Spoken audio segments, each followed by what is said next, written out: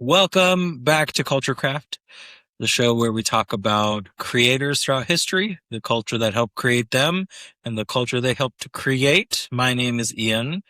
Welcome back to another week. I don't know anything this week, and it feels great. Ellie, and I never know anything, but this week I don't even have to talk about anything, so that feels good. We don't even know why you're here. No one knows. I think it just looked better with three people, maybe. Yeah. And the sexual tension between Dave and I is just, it's too palpable. much. Yeah. Yeah. I'm here to just kind of throw some cool water on that, I think. Right. That's exactly right. And who are you? I am Dave, and I know things. Yeah, he knows things. I'm so glad. I know so much about everything. You brought a physical book. I brought a physical book like I'm a librarian. Oh my gosh, you look so smart. I walked around town with it, and I got compliments from children. Yeah. They're like, what? A book? School children. There's no way. They'd probably never seen it. They were like, oh my God, what is that? And I was like, it's a tablet. But you can only go two ways with it, and it doesn't change information, and you can't play Fortnite. And then they called me a bum and threw rocks at me. Yeah. It was a good day. How about you? Good. Great. Surface of a sphere, I see. Yeah, super good. So there is a town in modern day Belgium. But in 1512, the town, Gangelt, is located in the Duchy of Jülich, and it's just across the river from the Duchy of Limburg and a few miles west with the border of the Prince Bishopric of Liège. I feel scared. And all of these places... Is a Prince Bishopric, is that... It's ruled by a prince and a bishop? Yes. Oh, obviously. He's a prince and a bishop? Or he's a prince and a bishop? His name was Bishopric. Yeah, Prince Bishopric. That's actually going to come back, and you don't realize how. And all of these places are ruled by dukes or princes or princesses or something, and then all of them answer to Emperor Maximilian the First. Okay. So, welcome to the Holy Roman Empire. Yeah, what a mess. Your good Lord. Absolute confusion at how all of this works is par for the course. Yeah, historically appropriate. Yeah. In this time and place where there's three different kingdoms, two biomes, two languages, a continental trade route, and a political quagmire that would make you go insane is where Gerard Way of that band. My Chemical Romance? My Chemical Romance. I got really excited that it'd be crazy if that was a twist. It's where Gerard Kramer grows up. Gerard Kramer. All right. So the Kramers are farmers. The dad is also a cobbler. Gerard has a priest for an uncle. I don't know why I said it like that. It's immediately suspicious. Yeah. It's got a priest for an uncle. And in Gangelt, the population is on the rise after a couple years of poor harvest, bad winters, and a couple uprisings and marauding soldiers and just general unrest. The best political system we ever had. Also, everyone is kind of losing their minds because there's just been a tiny little discovery of two entire new continents. Yay! Oh, yeah. New World Fever, baby. Look how hot this farmer is. Yeah, It's true. Yeah. Hot farmer. Capable. He's got those ghost hands. Yeah. Yeah. Look at those long fingers too. Yeah, I want him to cool a fever that I have. I want it with his freezing hands. That's what I want from him. So in 1518, Gerard and his family moved to Rupelmonde in Flanders, that is just south of Antwerp. Excuse you. You're just every place name that you've given me, it sounds like it's in Willy Wonka and the Chocolate. Well, that is almost certainly due to me mispronouncing them. Yeah, that's fair. These are all very normal names. I'm just like, I just have a tongue that don't move good. You moved from Blumbleberg to... Yeah. Everything I said, it sounds amazing. It's fun. So they moved to Rupelmonde in Flanders, and Gerard begins going to school where he's learning like Latin mostly and some other things. So it's 1519. Oh. And there's a big change in the way things are run because Maximilian dies. And I'm saying this just because I need you to understand the time period we're in. This is very important. So there's a bit of a kerfuffle about who's going to take over. And a guy from France named Charles is going to be, it's going to become emperor. Here is his full title. And strap your fucking ass in. I'm so excited. I'm so excited. We're gonna be here a minute. Yeah. Okay. First, like right off the bat, great one. King of the Romans. There are no more Romans. Well, this is the Holy Roman Empire. King of the Roman, Emperor-elect, Semper Augustus, King of Spain, Sicily, Jerusalem, the Balearic Islands, the Canary Islands, the Indies, and the mainland on the far side of the Atlantic. Wow. Archduke of Austria, Duke of Burgundy, Brabant, Styria, Carthinia, Canulia, Luxembourg, Limburg, Athens, and Patras. Count of Habsburg, Flanders, and Tyrol. Count of Palatine of Burgundy, Hainaut, Thrift, Roussillon, Landgrave, and Alsace. Count of Swabia, Lord of Asia, and Like the Swabian Sea.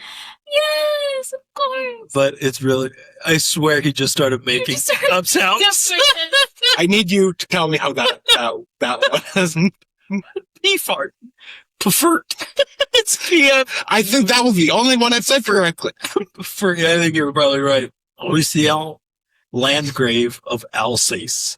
Great Count of Swabia, Lord of Asia and Africa. I love the priority. Just casually taking the two They Well, get, and the continent across the sea. He's taken yeah, both Americas, Asia, and Africa. but they get they get to like Alsace, Yeah. like Alsace, which is a region within France. Yeah. Yeah. But then also all of Africa Yeah. and all of Asia. Also, the Balearic Islands are tiny, tiny Yeah. islands off the coast of Greece.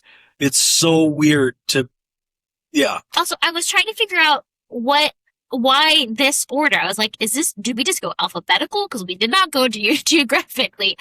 But No. it's not that. What? Duke of Burgundy, Brabant, Styria, Carinthia, Carniola, Luxembourg. This is all over the place. Yeah. Count of Habsburg, Flanders, and Tyrol. And then just casually Lord of Asia and Africa. Just throwing in there. That Give it a little spice. That's Yeah. awesome. They're completely normal, reasonable people in charge here. Yeah. So, for reasons that are too complicated to get into, there's a war between the Habsburg and the French monarchs. And then because there's a war, things get crazy. There's another revolution. And 100,000 people die and Cologne is burned to the ground. That's a lot of people for back then. Yeah, it's a lot of people. Yeah. 100,000 Yeah, it's people bad. in a war? It's bad. Wow. So by 1525, and this is all just during Gerard's like younger life. So by 1525, most of the unrest has died down, and so does Gerard's dad. Okay. And then, and this is important. Not unrelated. This is the important part here. Because of everything I just said, what is about to happen is the craziest fucking thing that anybody in this town is going to experience. A new Bible shows up in Antwerp. Yeah. And this one is translated by Martin Luther. Yeah, buddy. And crucially, it also has a map in it. And it's the first time most people have ever seen a depiction of the Holy Land. Wow. And this is going to start a whole bunch of things. Yeah. So young Gerard is still getting educated, and it's a very humanist education. He's studying philosophy, especially Aristotle, Bible, the Bible, logic. All of this is done in Latin, as is the style at the time. And then as his dad is already dead, his mom decides to join him. And following the humanist trend, Gerard now, I guess, basically an orphan. Yeah, technically. Wait.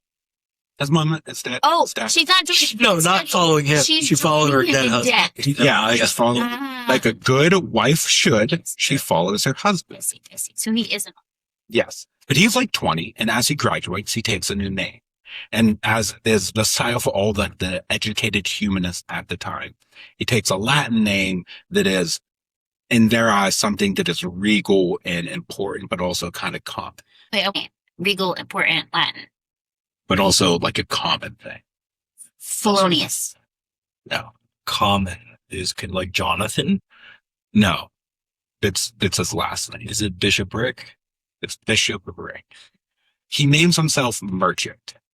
Oh, that's so but the fun. Latin version of it, which is Mercator. Mercator.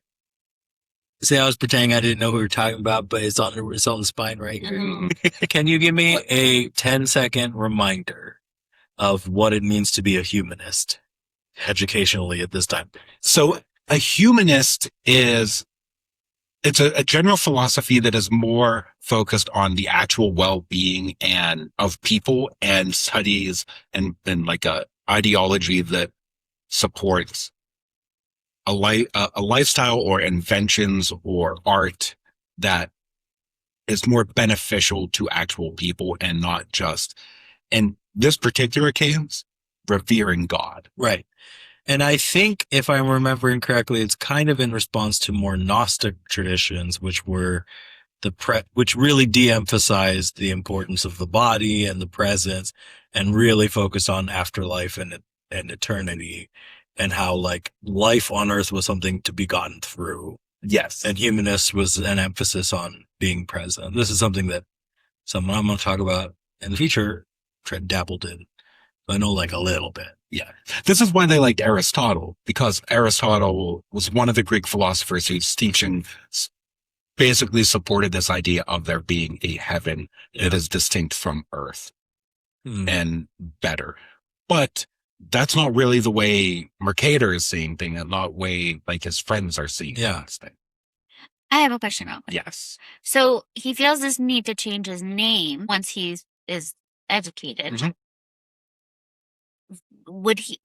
Is this a rise in station for him to have this education, or was he born into like an educated family? He was not born into an educated family. His uncle, who was a priest, is a pretty popular and well-known priest, but their family comes from means. They don't really have a lot of money. The only real connection they have with any influence would be his uncle. Okay, the fun priest. Yeah, the fun priest.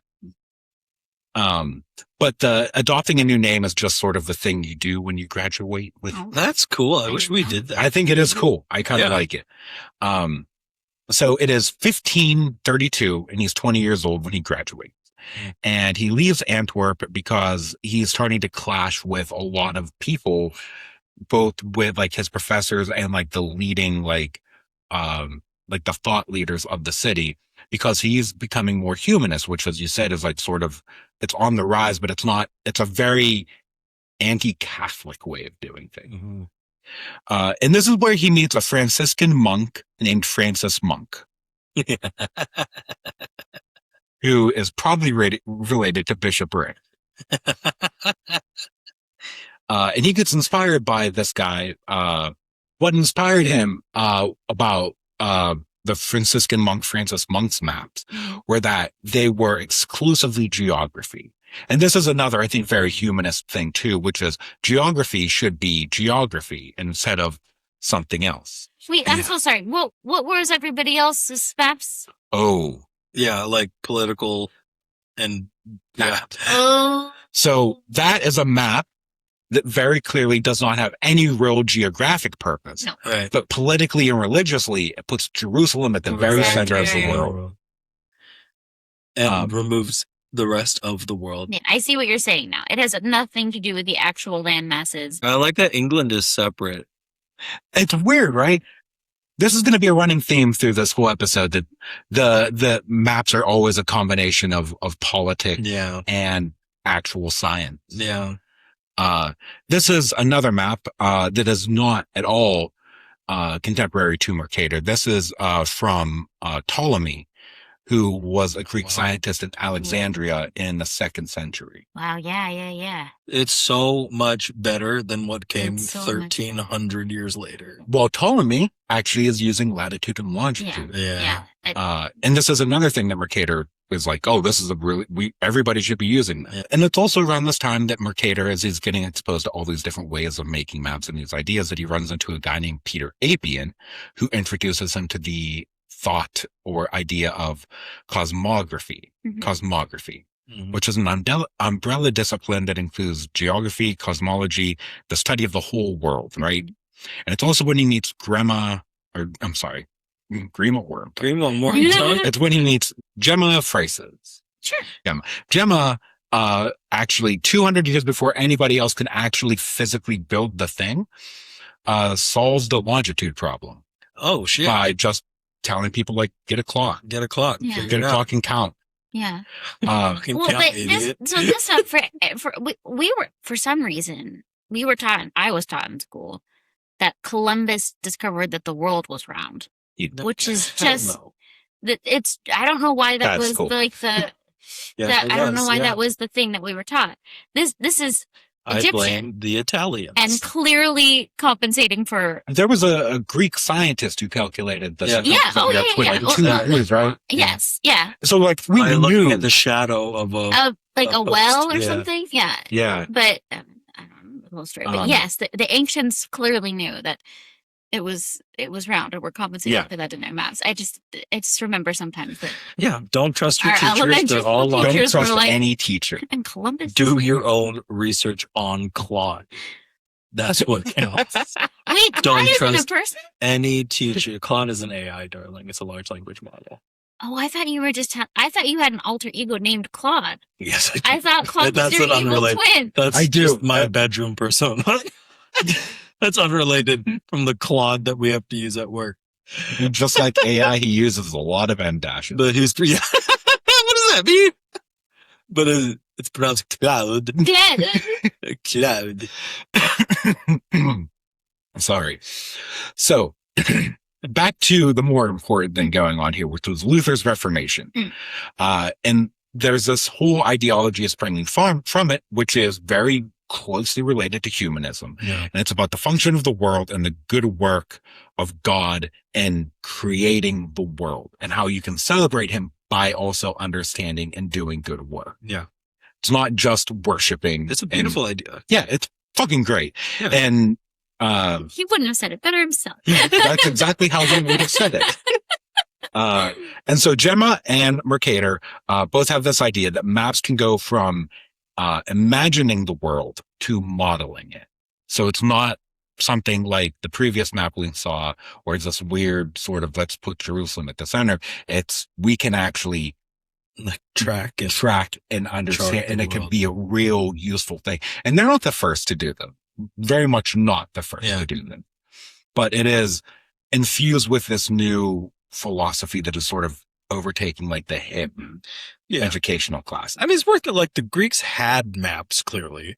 Yeah. Romans had extensive maps and road networks, and like it was a practice, but that we moved away from as Mhm. Christian Catholic Mhm. control over education. Yeah. Started to pull us into the dark ages. Yes. Then we called the Dark Ages for a reason. Yeah. A And lot this is of us clawing away. Claw our way we out. lose a lot of the things that the ancients had already Master. mastered. Yeah. Yeah. And the Reformation brings that back to us. And we have a German man being the most German man to thank for that. Mhm. Martin Luther just wrote a complaint letter and nailed it to a door. It was real German about it, and it took off.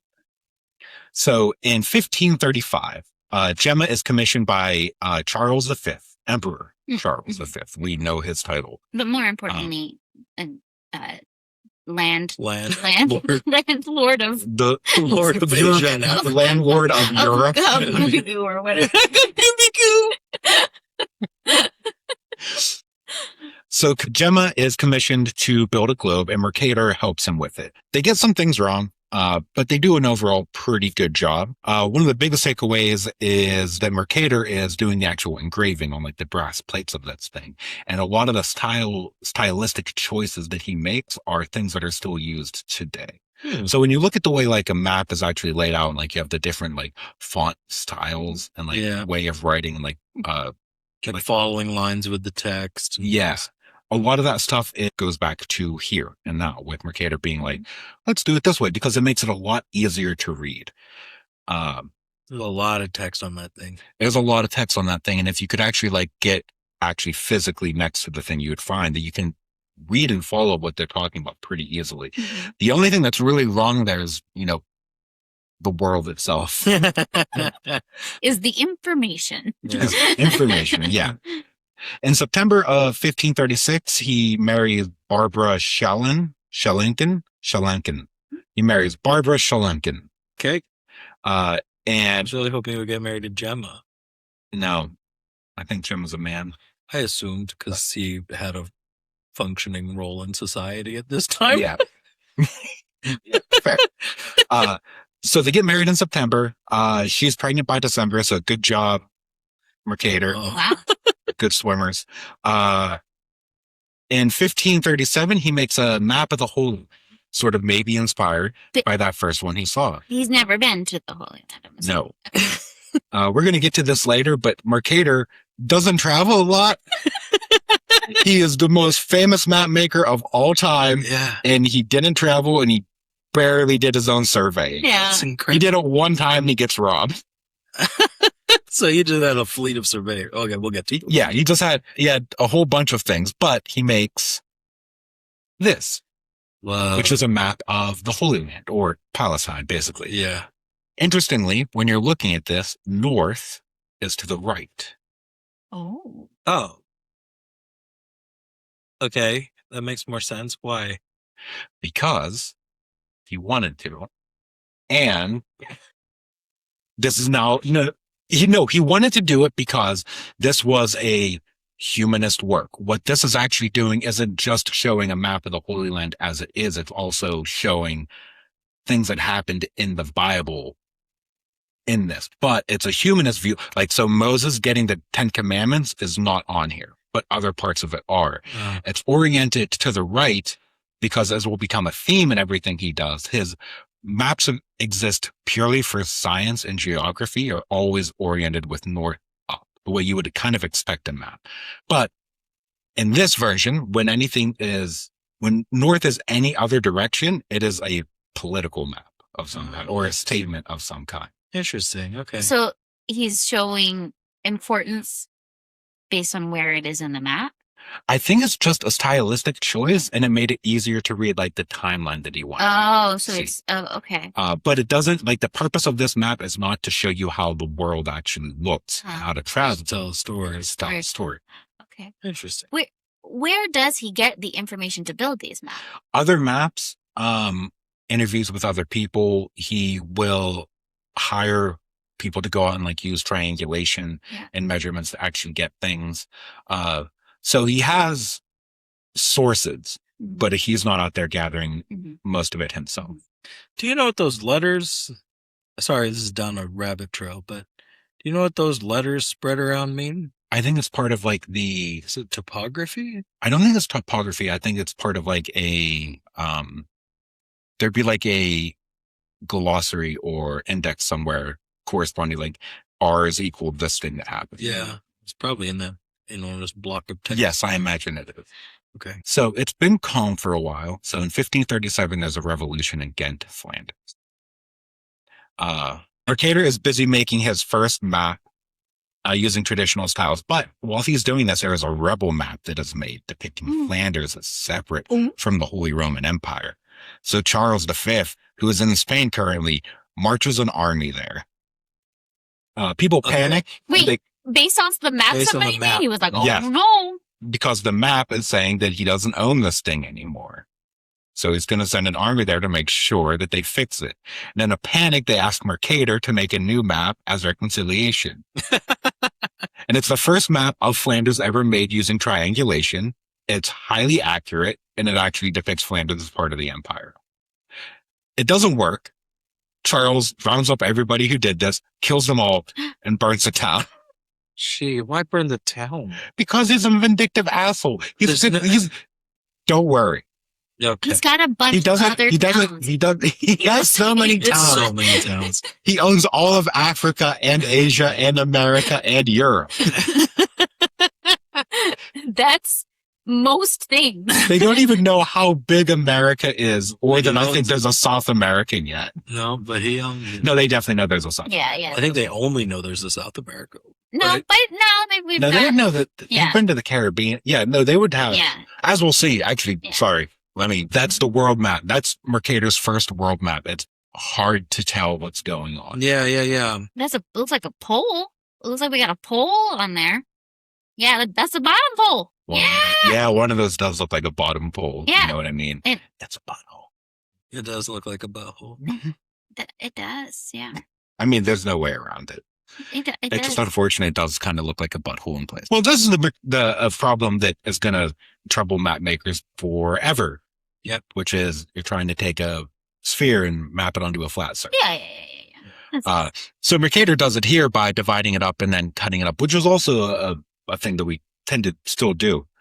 Mm-hmm. But this little ploy doesn't work.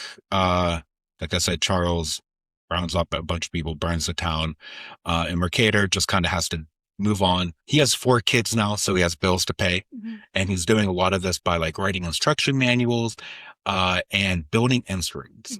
In his time, most of his life, he's going to actually be known as like an instrument maker, as in like astrolabes and like compasses and things like that. Like he builds the materials for people to go out and actually survey the land, and then he makes the maps with the things that they survey. But it takes him a minute to become like super popular as a map maker. But when he does, he kind of explodes. And that starts with this. It's so good. Like, his first globe. So the previous one he worked with Gemma, this one is all Mercator. And it is incredibly good. Yeah. It's a huge globe too. It's also giant. Mercator always works big. It's so crazy that this is designed and depicted from like a disparate collection of surveys. Yes. It's like lots and lots of math. Yes, and it's very meticulously done and researched. It's one of these things, like it takes years to build this, mostly because you're like checking everything against other maps and making sure that like this thing actually exists or it looks the way that it does. Yeah. I just picture, is it still Charles? I just picture Charles seeing this and being like, oh, I don't think I got all that. Like, I know I said Asia, but like, I don't think we've been there. You know, that actually might explain a bit about what happens, because he's trying to reach a peace agreement with the Lutherans and trying to get like their whole thing to just settle down a bit, but it doesn't work out. They're not really willing to compromise. So Charles actually has a little temper tantrum and invades Algiers, Italy, and Northern Africa. That's what I usually do. Yeah. My temper tantrums. Yeah. It goes very poorly. He loses a lot. And then he comes home and realizes that his treasure fleets aren't really full of treasure, and some of them are sinking, and he has gout. They always do. They always get gout. But he does actually reach out to Mercator. Charles does. Maybe because he saw the map, maybe just because his the recognition of the quality of his tools. Either way, he reaches out to Mercator and contracts with him to start building tools, because Charles at least understands how important it is to know what his entire empire looks like. Yeah. So he wants map makers to map out his empire. Yeah. It makes him look real awesome. He's already claimed all of this. Yeah. You should know what it looks like. The surveyors go to places and they're like, we're mapping out Charles' empire. And they're like, who? Yeah. I imagine that happens all the time. Yeah. In 1542, the Holy Roman Empire finally goes full Holy Roman Empire. They've been on sort of like easy mode at this point. There's a series of so many different battles and disputes that it becomes almost impossible to track. Lorraine is put under siege for a while. Scholars are basically ordered to leave. One of them is Mercator. He gets very angry about this. Basically, once everything is finished, remember the very important places I was talking about at the start of this. They're all now consolidated into the Cleves-Jülich-Burke mark. These are just Those words. just They're sound just, they're together. not even words. They're just syllables. You know how when you have like a law firm and they get a new partner and they just put a name at the end of the law firm? That's what this is. Okay. Except instead of it being a person who's become a partner, there are entire regions of Europe. Uh-huh. Riders of Rohan. What news from the beach bird? From the Cleves-Jülich-Burke mark. That's really good. By the way, Ellie and I have a theory that maybe this is a regionally specific thing, but I don't think so, because Morgan & Morgan ads are all over the place. Uh-huh. We have a theory that law firm ads and billboards are the new cologne, in that, like cologne ads, in that it's just disparate collection of weird Oh, ideas and So- images. They're absolute nonsense. It's just like a vibe. Yeah. There's a billboard out here that just says "fiercely human" with the name of the law with firm. the name of the law Wonderful. firm. What the? Wonderful. There was a Morgan and Morgan back home that just it was just in really big letters, believe. Believe was in the what, whole Morgan? That's great. What? Believe in the law. Believe in my interpretation of the law. I feel like they're just going for vibe now. I don't understand it, and it makes me so mad. And there's the one I shouldn't say, I don't know him, but he replaced the beloved IC banner, Iron City banner in Pittsburgh. And there's a dude named Pond Lahaki. Oh, yeah. And it is really upsetting. That's a Pittsburgh grudge, but Yeah. come on, Pond.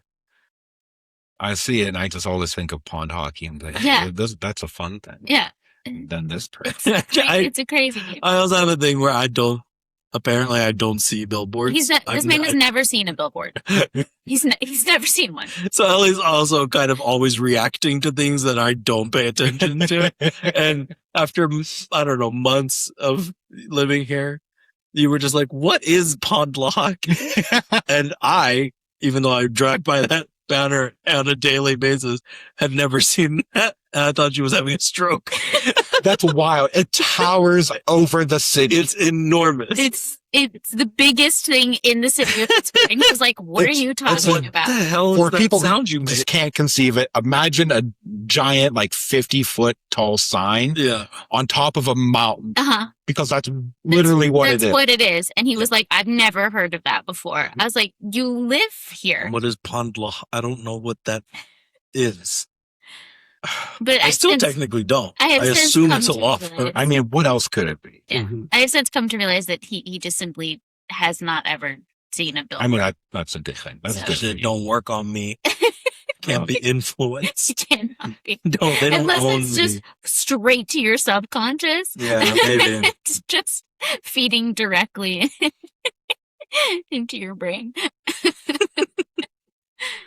So by 1543, Mercator is now being celebrated for his tools and now for his maps. He's starting to get a lot of recognition, and is now basically considered one of the best tool and map makers in all of Europe. Mm. He has Charles V as a patron. Things are doing good. Things be good for him. His uncle dies. The fun priest? The fun priest dies. Yeah. So The good ones go young. yeah. So Mercator goes to Rupelmond to see his estate and get a small inheritance and put, the final arrangements in order. Mhm. And this is, of course, when the Inquisition shows up to arrest him. Of course, naturally. But he's not You there. never expect it. You never expect. You see, you weren't ready for it. But they show up to arrest him when he is away in Rupelmond. So when they come, his wife tries to explain the situation. They're like, just when his uncle died, who was a priest, in your bullshit. Mhm. Yeah. But the Inquisition basically declare him a fugitive on the run because he Because he Because happened he to not be wasn't home. there. because he wasn't home and they came to arrest him, and for that inconvenience, he is now a fugitive. That's so Catholic. But he does get it. It is very Catholic. He gets arrested in Rupelmond, though. And then in this particular crackdown, somewhere between 40 and 50 people were arrested. Just like, if you were Catholic, you would have been here. Yeah. If you were Catholic, God would have sent you a sign. Yeah. Mary would have shown up on a piece of toast and said, "Don't leave home Don't today." leave. Yeah. So 40 to 50 people are arrested. 2 are burned alive. 1 is beheaded. And because they are women, 2 of them were buried alive. For what? For not being For Catholic. not being For Catholic what? enough. I mean, specifically in this case, probably because they were Lutheran. They were Lutherans. Or they were just maybe talking a little too loud. It's really Yeah. fucking hard to tell. Yeah. Oh my They were like, God. I wish this service wasn't in Latin so I could understand it. Yeah. And they were like, bury them in the ground. Yeah. But to get some light, one of the people who is executed was the printer who made that first Lutheran Bible, who Oh. printed copies of the first Lutheran. Well, he deserved it. Mercator does get released though, because they have no evidence on anything. Like he is probably a Lutheran or nothing. He has most of his friends are like Lutherans or adjacent to it. So yeah, you can kind of put 2 and 2 together there, but it's never really like an official thing for him. Yeah, he associates with Lutherans, which Jesus said specifically not to do. He's like, guys, you won't have the context for this yet. but in about away 1,500 years, there's going to be a guy named Martin. I want you to stay away from him. Do it. I mean, Jesus specifically says anybody named Martin Luther is bad and they have bad ideas.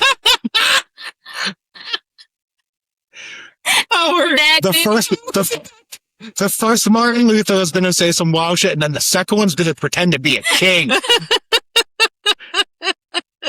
How are we back in an anti-Martin Luther King Jr. sense? This podcast is doomed. We can't. We're done. Yeah. Oh, no. We love all Martin Luthers. I do. I think they're all great. They're all confidently say. Even Martin Luther King Sr. I don't know anything about him, but even Martin Luther Vandross. Martin Luther Vandross is great. That rules. Okay. I don't even remember what's happening. Fucking Claude fucked the script up. So. God damn it, Claude. Pull your weight, Claude. You gotta be worth all the water you're destroying on our planet. So what is that? So this is super cool. After he's released, Mercator completes his celestial fear. Oh. Which is a partner to the globe. So basically what it is a representation of the stars projected as if they were like projected down onto the earth. Okay. So it's like kind of like what you would see if you were somehow behind the stars. Yes. Okay. Or what you would see in like when you were like in elementary school, did they put you on one of those like dark domes and project stars onto them? No, but I've done that as an adult. That's fucking cool, right? The Pittsburgh has a great one. Yeah. I did it not sober one time, and this one, because the Carnegie Library Connections it's hooked up to like the most advanced database of pictures, and the person was using an Xbox controller to fly around space, which was awesome. Of course. And he zoomed out so much that we saw what's called the bow tie effect, which is because of the lens of the way light works of Earth. The observable universe has these these blind spots that bow out that we will never be able to see from Earth. And I was shown 100% of the observable universe from our planet while high. So you handled it well. Yeah, I was like,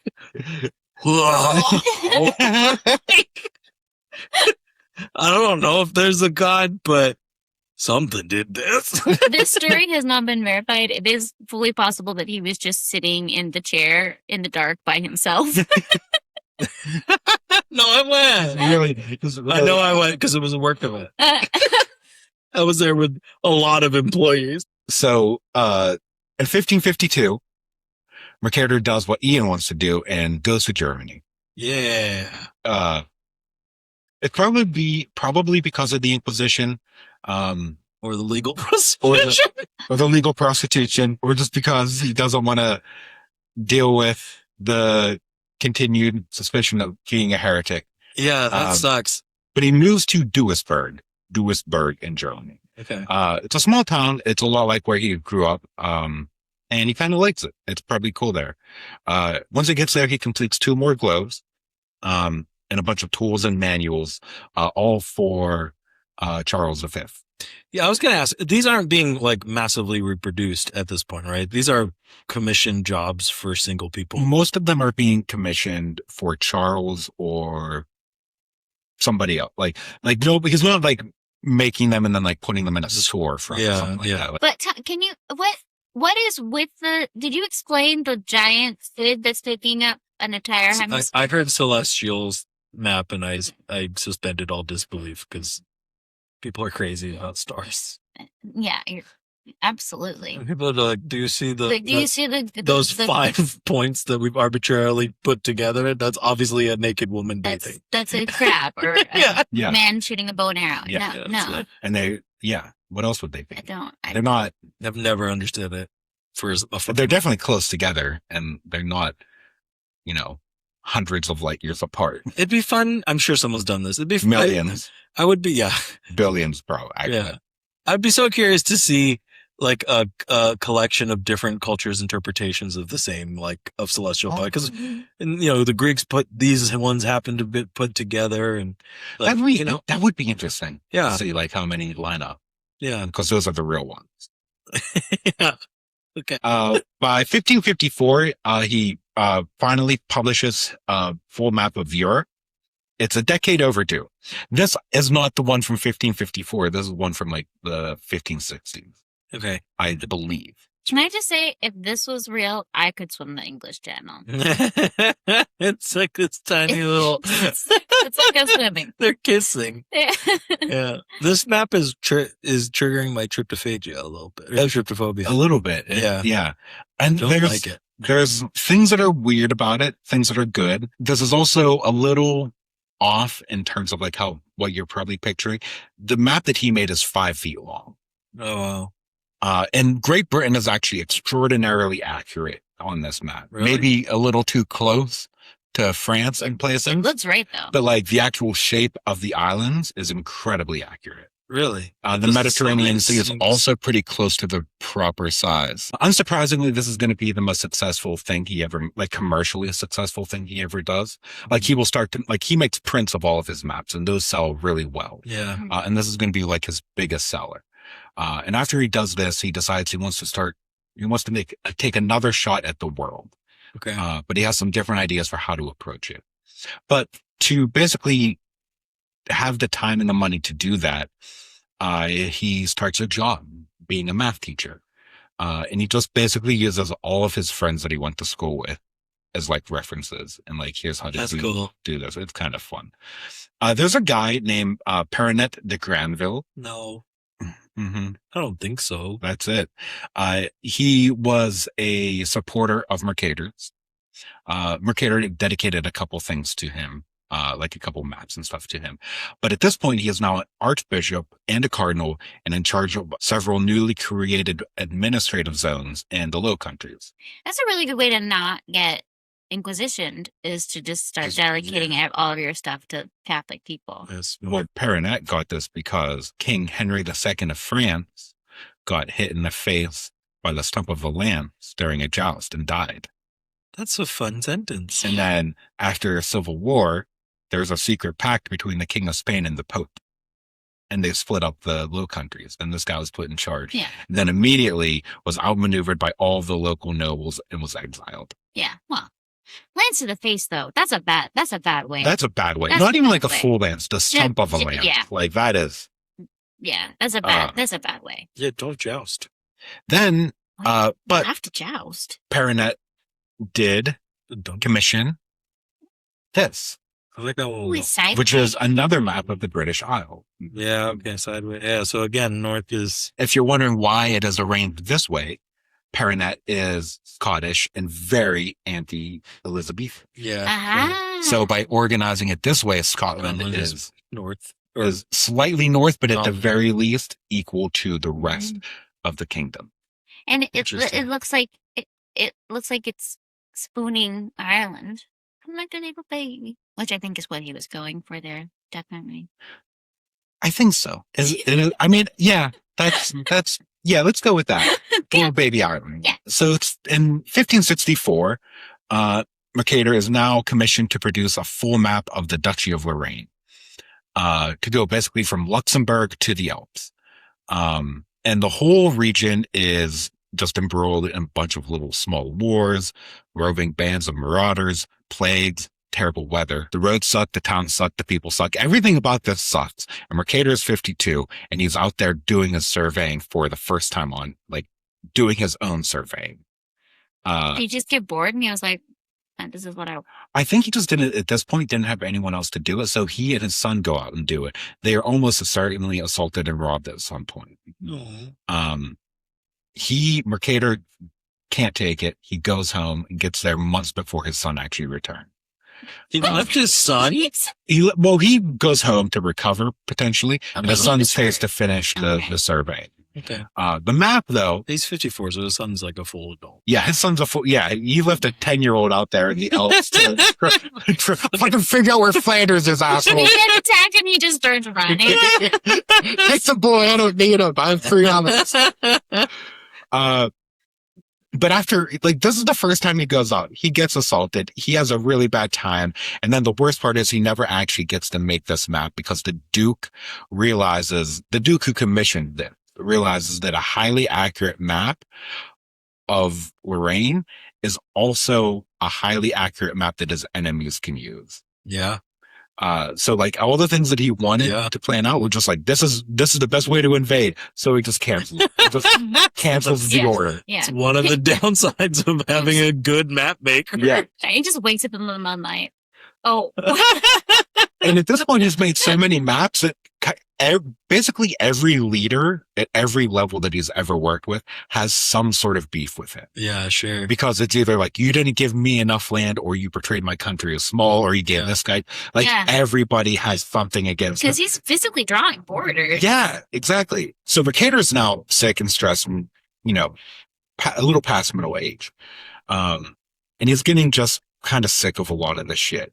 He's also reaching that point, like approaching his mid 50s, where he's becoming very old man, yelling at clouds. In his 50s, in the 1500s. Yes. He's ancient. Yeah. This is equivalent of a 97-year-old person today. He starts to believe that the Holy Roman Empire is dying. Yeah. And that the world is dying with it. And he sees proof of this when Calvinists start to wreck shit, stripping churches and preventing Catholics from praying. Yeah. Because when one tiny group does one bad thing against a ruling class, then it's a tragedy. Yeah. But, the Catholics can, which is weird, by the way, that he's like, oh my God, this is the final straw. The Catholics can't pray. Yeah. When he was imprisoned by the Inquisition. And watched a bunch of people get murdered for nothing. Yeah. It gets crazy. But this is when he goes back and starts to embrace his cosmologist. And he decides to, in his advancing years, start a little side project. And that is to create a unified history of the universe. He wants to tell the story starting from Genesis to the modern day. I love it. He's going to do this in 5 parts. Maps. And everything. This is what I want to do. I've expressed the same life goal to you. This is an omnibus of existence. Yes. Of everything. So it has 5 parts. The first is the creation of the world, then the creation of the heavens, then a representation of the land and sea. So he's going to talk about how the whole universe was created and how the earth was created. That's part 1 and 2. He knows that. Then he's going to do some maps. That's the representation of the land and sea. Mm-hmm. Then he's going to do the history and geology of kings. Oh. And by which I think he means all kings. All kings everywhere. Okay. And then finally, the last one is a full list of everything that has ever happened with timestamps. Love it. I need it. I have what I think is an appropriate reaction to that, which is, what? Ellie is like, this is her life ambition. The only problem is I have none of the skills that are needed to do this. You have a dream. I have a dream and I have a delusion. And I think... And a delusional white woman can do a lot. I think it's going to end in success at this point. Exactly.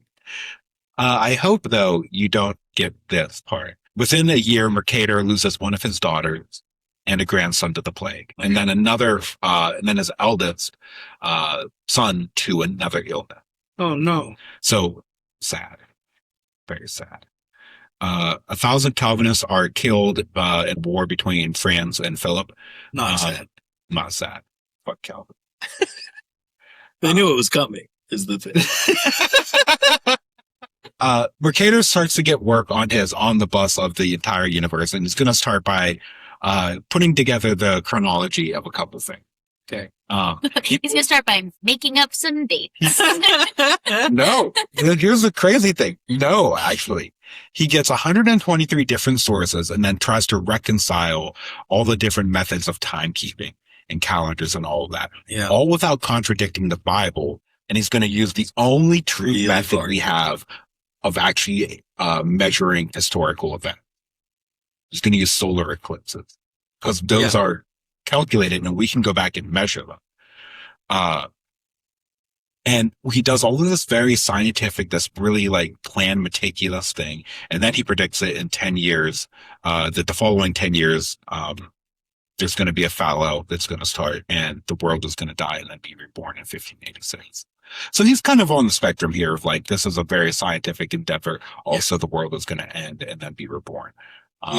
So I think in like one of the things that is most revealing about where his allegiances lie, this chronology that he starts at the beginning, it features kings and queens, but as it gets as it progresses closer to the modern day, it starts to lean away from them and more towards reformers. Luther is included on this list, like the same list that includes like King David, but like the one that includes like the biblical kings. Also, this is a list that progresses to Martin Luther. Yeah, so that's pretty clear where he lies. He also starts to work on his map, his world map. And what he does is, in the eyes of everybody at the time, real bad. Mm-hmm. Nobody likes it. Everyone's confused by it. And it's because he decides that he doesn't want to make a map that is depicting the world as it is, but he also doesn't want to make a map that is politically motivated. He wants to make a pure humanist map, which is a map of the world that is useful for the people within it. Okay. Useful in what way? Well, in this one. That's pretty close. This is, in a lot of ways, pretty close. But we see it as pretty close because this is the first time we see the Mercator projection. Right. So the reason why all the land looks fucking crazy and bent out of shape is because it literally is. It is, yeah. He takes the round lines and straightens them up. And he does this for a very singular reason. And this map is the one that gets twisted and used to justify colonialism and a lot of bullshit later. Bad stuff. But the only reason Mercator did it this way is because what it allows you to do is find the angle between the latitude and longitude you are on and measure, and you can guarantee that you will get to where you want to go. Mm-hmm. It's not going to be the fastest route, but it will get you where you want to go. Mm-hmm. So this was designed for sailors. Yeah. The problem is this map, his original version, needs to be, it's like 10 feet big, 10 feet long. Yeah. It's huge. It needs to be in a room, and it doesn't work. You're not doing this on a ship. It doesn't really work on a boat. You do all your calculations beforehand. Yeah. Also, because again, there's still no way to tell how far east and west you are. Like the chronometer has not been invented yet. Right. There are though a lot of, there's very accurate information. This is an incredibly detailed map. Africa looks so spot on. Yeah. What's crazy here is he kind of got the Arctic there. We didn't know that was there yet. Yeah. He put the Arctic. Okay. That's a really good point. Yeah. Wait a minute.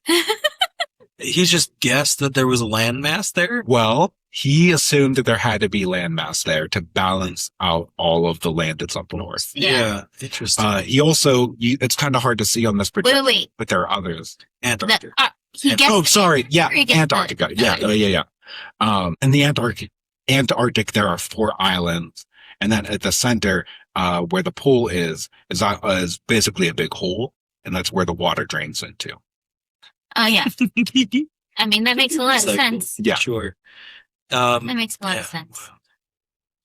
And it was a lot later than him when people were going into the Arctic to find the hole into the center of the world. This was, it was commonly understood. Everybody knew it was there, but it was just hard to get to. Yeah. We will later document this in Godzilla versus Kong. Yeah. It's so we could spend so many episodes talking about the political impact and ripple effects of this. This map changes the world 2 different times, at least 2 different times.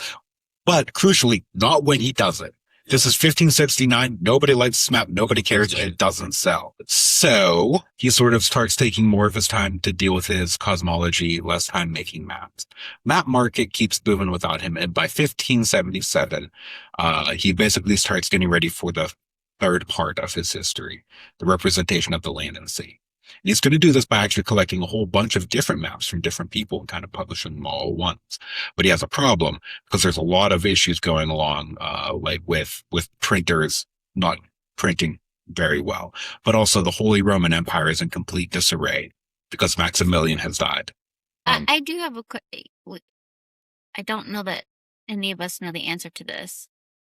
How were maps being mechanically printed at the time? What Mercator would do specifically is engrave these on bronze plates, giant bronze plates, and then press them. Mm-hmm. Okay. Yeah, basically that. And like, that's why they were so big, because he kind of had to get in there and engrave all the little details. Yeah. And then you just print them so cool to chunk by chunk. I wonder if anyone has those original. I really hope so. That'd be such a cool so thing to have. cool. So Mercator does make a few mistakes, and this is a fun one.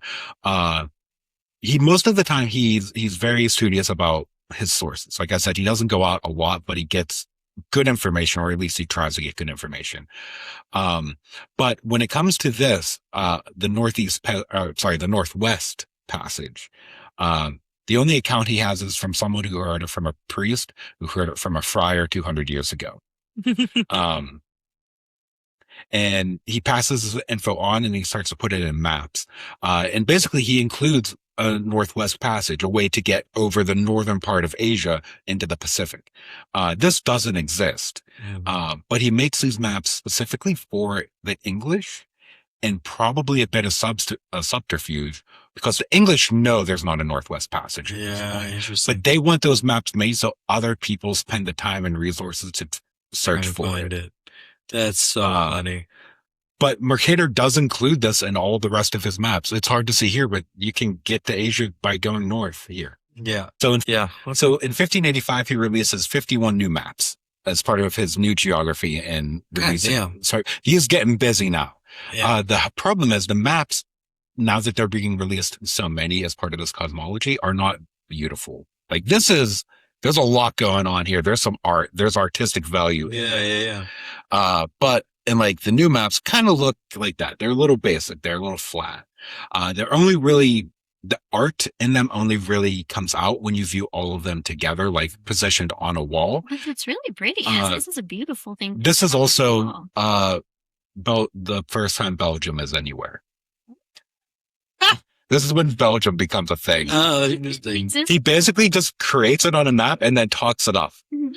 Wait, okay, but isn't he from Belgium? Yes, but like as a he was from Flanders. Socio-political thing. Yeah. It didn't exist, and now it does because he made it. Also, this map specifically of Flanders just features places from his life and things that him and his friends did. That's great. It's really fun. Like, this is Belgium. Yeah. I have waffles. He's having a great time. Mm-hmm. His wife dies, and then his son dies. Oh no! In the same year. That's rough. And then Spain invades. Let's see if there's a town. Spain invades basically all of Flanders. Like there's just a general. It's just another kerfuffle, right? Sure. This is the first and only sexy thing that happens in this story. Oh my gosh! Mercator gets remarried to a woman named Gertrude in 1589. Nice. Mercator's son, one of his surviving sons, gets married to Gertrude's daughter. Oh, that's actually really cute. Really cute. Yeah. Like they'd get married at like the same time. Yeah. That's cute. So he releases 22 new maps. But then unfortunately a year later he has a stroke. Oh no. In 1590. How old is he at this point? It's gotta be in his 60s, right? 70s? He's like 78. Oh my God. He got remarried at 78? Yeah. 71. No, 77. He uses the time recovering from the stroke to start writing his description of the creation of the world. What on earth is it based on? Just different creation myths? Or? Basically the Bible. It's mostly the Bible. So on December 2nd, 1594, he dies. From another out of nowhere. I don't know. He had another stroke. I'm sorry that it comes out of nowhere. Sometimes that's just how it be. Sorry. Let me rephrase. On December 2nd, 1594, he goes the way of the flesh. God damn it. So after he dies, his family takes all of the stuff that he has been working on for his cosmology over the last few years, and they release it. And This is it. It's so pretty. And they call it an atlas, or the atlas, or the cosmographic meditations of the fabric of the world and the figure of the fabric, which is a fucking great That name. is awesome. Were there atlases already? This is the first. That is so cool. Oh, and here we have arrived. Fantastic. Yeah. There's some arguments, like historically, that this maybe isn't quite the first atlas, but it is. It's the first book that is a collection of maps, Yeah. Yeah. a description of those maps, and what does maps mean and represent. It's the fucking atlas. Yeah. Yeah. Again, like the ancients had a lot of cool maps, and some of them are maybe put together. But like we're starting over. No, nobody ever had the intention to make all of these maps, to put them in a Yeah, book and to be release them And to Similar, together. tell yeah. one To story. tell story. one story. Right. Yeah.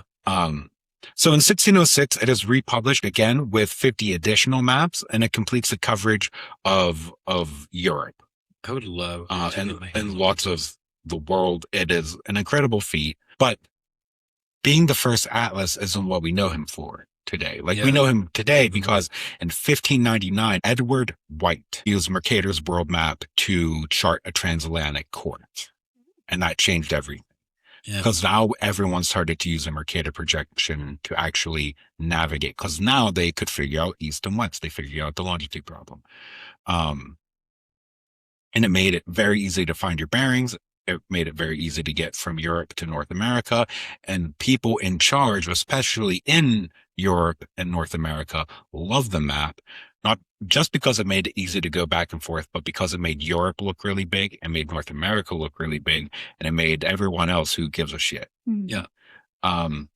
So that's sort of the cultural impact of Mercator's map, is it gives us a inflated sense of A very the Western size and centric- importance of our, Yeah. like, and it's not just like the size. We've also always conflated north with up and that being good. There's Right. no reason that north is up other than that we just decided that it was. Yeah. And because people in Europe wanted to be at the top of the map. Yeah. And because people on the South Pole at the same time were not making these maps. So, Yeah. I mean, there's also like significantly less land south, yeah. but it is, Hey, it's just one of those things that reflect, like, when people say that there's no south pointing compasses, like all compasses also point south. What is that? That's a map? That's a map. So that's the other thing. Maps can be a lot of weird things. Oh, It's a Polynesian map we of can just currents. miss this then.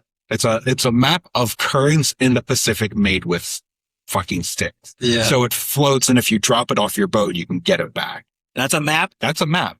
That's a stick. That's a stick. It's two sticks, two actually. sticks. You got. But it is incredibly enough a highly accurate map of a River. portion of the east coast of Greenland and islands that lay off its coast. Cool. Fantastic. That's so cool. It looks like Uh, that. So maps are crazy. I love maps. They're so cool. Like, Yeah. it's driftwood carved to resemble a coastline. Yeah. But I also love, like, maybe the most famous map now, which would be like the London Tube map, Uh-huh. which is completely useless in terms of like trying to figure out the actual distance from one place to another. But maybe the best way to actually see how to get to where you want to go. Yeah. Yeah. It's a Absolutely. very cool thing. Yeah. Absolutely. You know, another great map that makes really perfect sense in the context is that map in that last Star Wars movie where she like flips it out of the hand. That's basically that. Really great map. Really good map. Really good map. All right. Well done. Mercator is Well a done. Sith. That's another inscription. This is Oh, my oh, dude. Yeah. That's him Awesome. later in life, celebrated holding the earth in his hands. Just a fantastic fucking beard. Yeah. My God. And a hat. That's a dapper man. Yeah. You can Oh, see yeah. why he would marry a woman. Has the son would be like, I want to marry that. Yeah. Sources are the main source is probably Mercator. Not probably. The main source is Mercator, The Man Who Mapped the World by Nicholas Crane. There's commentary by Robert Carlo in Mercator's Atlas in the Library of Congress. Young Cherokee Discovery of the Southern Continent and Pretensions and a Contemplative Trade by Mark A. Zuper. to like pretty much like date this recording to a very specific time period. The photos of Artemis 2 have just been released, and Oh yeah, yeah. Like one of the most famous, like one of the best shots from that is their own like blue marble image, which is, and that like what we would think of as being like, northeast is in like the southwest, right? Yeah. Like where you're like the Strait of Gibraltar is just like what looks like it's in the bottom left of Earth. And it's just like, yeah, there's no real Up or down. out there. Yeah. Who cares? And north and south are just, The concluding point of this episode is who cares? yeah. Be like Mercator, Yeah. and just who cares? Think geography what you want. That is not That's my not, takeaway from Mercator's life. That's He not- worked, no, he cared he would- very much. he cared very much. And worked really hard Yeah. and abandoned his son on the Alps when he got tired. Yep. You have to leave your son on the Alps. Man, think did too. Yeah. Be like, Leave your son on the I'm Alps. going on. Write a genealogy of the kings and queens of the world. Yeah. And at some point, Yeah. get married when you're 78. Yeah. That's six or we'll whatever. have a couple strokes and go out like a boss. Yeah. All right. Yeah. Well, thank you for that. He did care. He cared so He much. cared a lot. He was a cool dude, actually. Yeah. I really dig his groovy style. Well, sure, I didn't say it like His that. Yeah. groovy style. Yeah. No, Alright. he was what, like, lived as a fugitive. Like he, Yeah, he was cool. He made Belgium a thing. He made Belgium. this is what we're really talking about He today. made Belgium. Mercator, the inventor of Belgium. I like it. Okay, love you. Bye.